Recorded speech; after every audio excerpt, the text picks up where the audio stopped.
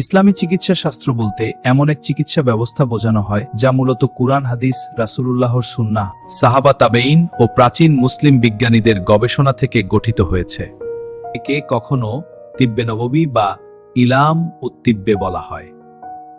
ইসলামী চিকিৎসা শাস্ত্র হল মানবদেহ, স্বাস্থ্য, রোগ চিকিৎসা, খাদ্যাভ্যাস এবং প্রতিরোধমূলক জীবনযাপনের বিষয়ে ইসলামের নির্দেশনা ও মুসলিম চিকিৎসাবিদদের বৈজ্ঞানিক গবেষণার সমন্বয়ে গঠিত স্বাস্থ্য জ্ঞান।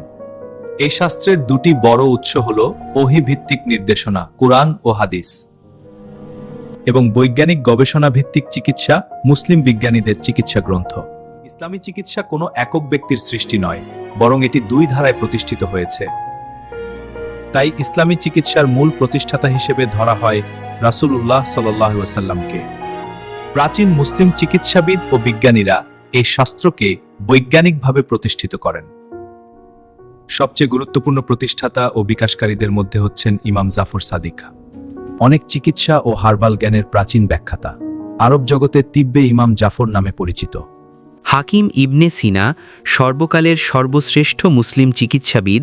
তার বিখ্যাত বই ক্যানন অফ মেডিসিন 700 বছরেরও বেশি সময় পাশ্চাত্য মেডিকেলে পড়ানো হয়েছে। তিনি ইসলামী চিকিৎসা শাস্ত্রকে আধুনিক বৈজ্ঞানিক চিকিৎসার ভিত্তিতে দাঁড় করান। আল রাজি শিশু চিকিৎসা ও সার্জারি উন্নত করেন। আল হাভি নামে বিশাল চিকিৎসা বিশ্বকোষ রচনা করেন।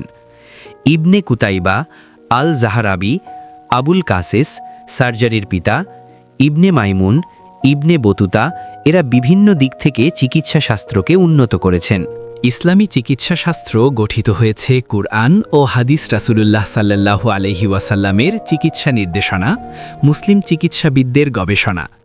এই কারণে এর প্রতিষ্ঠাতা কোনো একক ব্যক্তি নয়, বরং রাসূলুল্লাহ সাল্লাল্লাহু আলাইহি ওয়াসাল্লাম থেকে শুরু করে ইমাম জাফর সাদিক, ইবনে সিনা, আল রাজি এবং অন্যান্য মুসলিম বিজ্ঞানীরাই এই শাস্ত্রের প্রকৃত প্রতিষ্ঠাতা ও বিকাশকারী।